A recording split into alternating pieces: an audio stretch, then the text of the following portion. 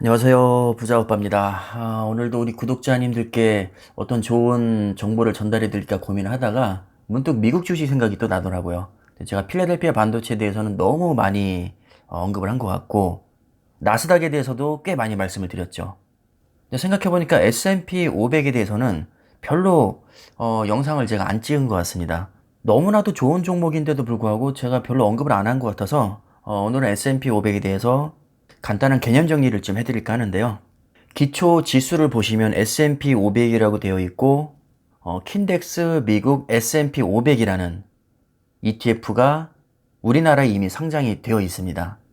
자, 이게 무슨 얘기냐? 미국에는 3대 지수가 있죠. 다우존스와 나스닥 그리고 S&P 500이 있는데, 자, S&P 500은 세계 3대 신용평가사 중 하나인 스탠더드 앤 푸어스에서 각 섹터별로 잘 나가는 500개 기업을 하나로 모아놓고 그것을 지수화시킨 겁니다.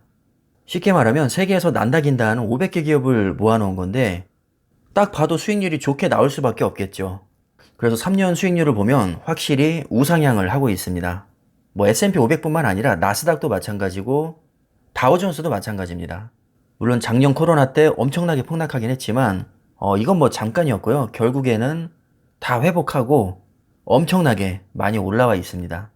운 좋게 3년 동안만 많이 오른 거 아니냐라고 생각하실까봐 제가 아예 10년 차트를 또 가지고 와봤습니다. 역시 10년을 봐도 마찬가지로 무섭게 우상향하고 있죠. 아까 제가 S&P 500은 뭐 소위 세계에서 가장 잘 나가는 500개 기업을 모아놨다고 했잖아요. 제가 500개 기업을 일일이 다 자세하게 설명해드리면 좋겠지만 뭐 솔직히 그 기업을 다 제가 알지도 못할 뿐더러 안다고 해도 이거 다 설명하려면 아마 며칠은 걸릴 겁니다. 그래서 탑 10 기업만 볼 텐데 일단은 국가별로 보면 탑 10 기업 중에서 미국 기업이 100%입니다. 벌써 이것만 봐도 사이즈가 나오죠. 제가 괜히 미국 주식 하는 게 아닙니다. 자, 그리고 섹터별로 보면 기술주가 약 35%, 경기순환주 15%, 파이낸셜 13%, 헬스케어 12%, 산업 8.5%, 경기 비순환주 5%, 이런 식으로 굉장히 많은 섹터들로 구분이 되어 있는데 확실히 기술주 비중이 가장 높습니다. 보통 기술주 하면 나스닥 100을 많이 떠올리실 텐데 나스닥 100은 기술주 비중이 거의 60%에 육박합니다. 그런데 놀랍게도 S&P 500도 기술주 비중이 가장 높습니다. 저 같은 경우는 기술주와 반도체를 워낙에 좋아해서 나스닥과 필라델피아 반도체에 집중적으로 투자를 하고 있지만 투자자 성향에 따라서 뭐 어떤 분들은 금융주를 좋아할 수도 있고 뭐 경기 비순환주를 좋아할 수도 있고 아니면 고배당주를 좋아할 수도 있을 겁니다. 그래서 저처럼 기술주에 특화된 걸 좋아하시면 나스닥 100에 투자를 하시면 되고 상대적으로 기술주보다는 나는 조금 더 골고루 투자하고 싶다 하시는 분들은 S&P 500에 투자를 하시면 됩니다. 일반적으로 수익률은 나스닥 100이 조금 더 높게 나온다고 보시면 되고 안정성은 아무래도 S&P 500이 여러 섹터에 걸쳐서 골고루 투자하기 때문에 조금 더 좋을 수 있습니다. 하지만 일반적으로 그렇다는 것이지 뭐 S&P 500이 항상 나스닥에 비해서 수익률이 밀리는 것은 아닙니다. 올해는 똑같이 나왔습니다. S&P 500의 좋은 점이 뭐냐면 아무래도 나스닥은 경기 민감주들이 많이 들어가 있어서 굵직한 이슈가 있을 때마다 등락폭이 심한 편입니다. 하지만 S&P 500은 금융주를 포함해서 경기에 영향을 덜 받는 굉장히 많은 섹터나 기업들이 나스닥 100에 비해서 많이 들어가 있기 때문에 기본적으로 등락폭이 크지 않습니다. 그래서 제가 아까 더 안정적이라고 한 것이고 수익률에서 조금 불리할 수 있다고 한 건 정말 경기가 너무 좋을 때 빅테크를 위시한 기술주들이 굉장히 많이 오르는 경향이 있는데 이때는 아무래도 수익률이 조금 적게 나올 수 있습니다. 왜냐면 기술주 비중 자체가 높지 않기 때문입니다. 자, 하지만 탑10에 편입된 종목들을 보면 또 그렇지도 않습니다. 가장 높은 비중으로 투자되고 있는 게 애플인데 애플이 무려 7%로 투자가 됩니다.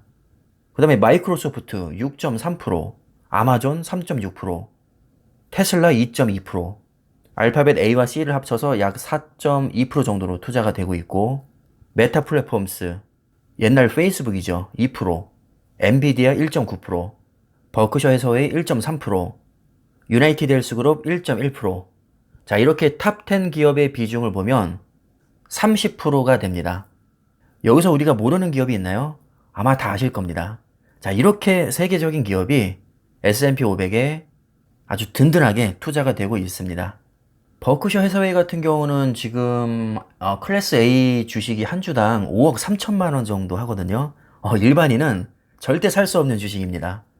물론 클래스 B는 35만 원이면 살 수 있긴 하지만 일반 투자자들이 사실 버크셔 해서웨이를 개별 종목으로 갖고 있기는 그렇게 쉽지가 않습니다. 여기서 ETF의 최대 장점이 나오는데 개별 종목을 굳이 한 주씩 사지 않더라도 아주 잘게 소수점으로 쪼개서 수십 개에서 수백 개의 기업을 하나의 바구니에 다 담을 수가 있습니다. S&P 500이라는 지수를 ETF 형태로 미국에 직상장시킨 게 SPY고 국내 투자자들이 접근하기가 어려우니까 이걸 또 너무나도 고맙게도 국내 증권사에서 원화로 매수할 수 있게 만든 ETF가 바로 킨덱스 미국 S&P 500입니다. 킨덱스뿐만 아니라 타이거에서도 같은 상품이 있고 코덱스도 있죠. 참고로 말씀드리면 어차피 기초 지수가 S&P 500으로 동일하다면 뭐 킨덱스든 코덱스든 타이거든 전혀 상관없습니다. 아무거나 매수하셔도 되고요. 오늘은 그냥 제가 랜덤으로 킨덱스 얘기만 하고 있을 뿐입니다. 주당 가격도 너무나도 저렴합니다. 14,435원인데 와, 이 14,000원에 미국에서 난다긴다는 500개 기업을 한 번에 다 쓸어 담을 수가 있다는 겁니다. 버크셔 해서웨이만 해도 한 주당 5억 3천만 원짜리인데 이 14,000원 안에 비록 아주 잘게 쪼개긴 했지만 그 비싼 주식이 조금이라도 들어가 있다는 거죠. 아까 상위 10개 기업은 제가 말씀을 드렸으니까 우리가 가장 궁금해하는 수익률을 보겠습니다. 킨덱스 미국 S&P 500이 작년 8월에 상장됐거든요. 그래서 제가 기준점을 2020년 8월로 잡았습니다. 약 1년 4개월간의 수익률이 될 텐데 킨덱스 미국 S&P 500이 43%, 삼성전자가 35%, 타이거 미국 나스닥 100이 약 47%, 카카오가 50% 나왔습니다. 자, 이렇게 보니까 뭐 수익률 차이가 그렇게 크지 않네요. 카카오 같은 경우는 올해 초에 정말 미친 듯이 떡상하다가 다시 많이 주저하는 바람에 수익률이 많이 떨어졌습니다. 삼성전자도 마찬가지죠. 작년 하반기에는 S&P 500과 나스닥 100을 오징어로 만들 정도로 미친 듯이 오르다가 1월부터 조정을 받으면서 오히려 수익률이 많이 지금 떨어져 있는 상태입니다. 자, 이렇게 보니까 카카오와 삼성전자는 개별 종목이라 그런지 변동성이 굉장히 큽니다. 반면에 S&P 500과 나스닥 100은 그렇게 드라마틱하게 높진 않아도 정말 거북이처럼 우직하게 우상향 해오고 있죠. 1년 4개월간 수익률이 약 43%, 절대 나쁘지 않은 수익률입니다. 지금 정기예금 넣으면 1년에 뭐 1, 2% 나올까 말까죠. 뭐 금리가 올랐다고는 하지만 그래봤자 2%가 안 될 겁니다, 아마. 단 1년 4개월 만에 정기예금 몇십 년치 넣어야 벌 수 있는 돈을 S&P 500이 벌었다고 보시면 됩니다. 대충 감이 오셨겠지만 이 정도면 S&P 500 투자할 만한 가치가 충분하지 않을까요? 제 영상을 통해서 관심이 생기셨다면 그냥 지나치지 마시고 검색도 해보시고 유튜브 영상도 찾아보시고 정말 고퀄 영상 많거든요. 반드시 여러분 것으로 만드셔서 보다 업그레이드된 투자 생활을 즐기시기를 바라겠습니다. 저는 그냥 소스만 살짝 던져 드렸을 뿐입니다. 뭐 이 영상을 통해서 알 수 있는 게 사실 그렇게 많지 않죠.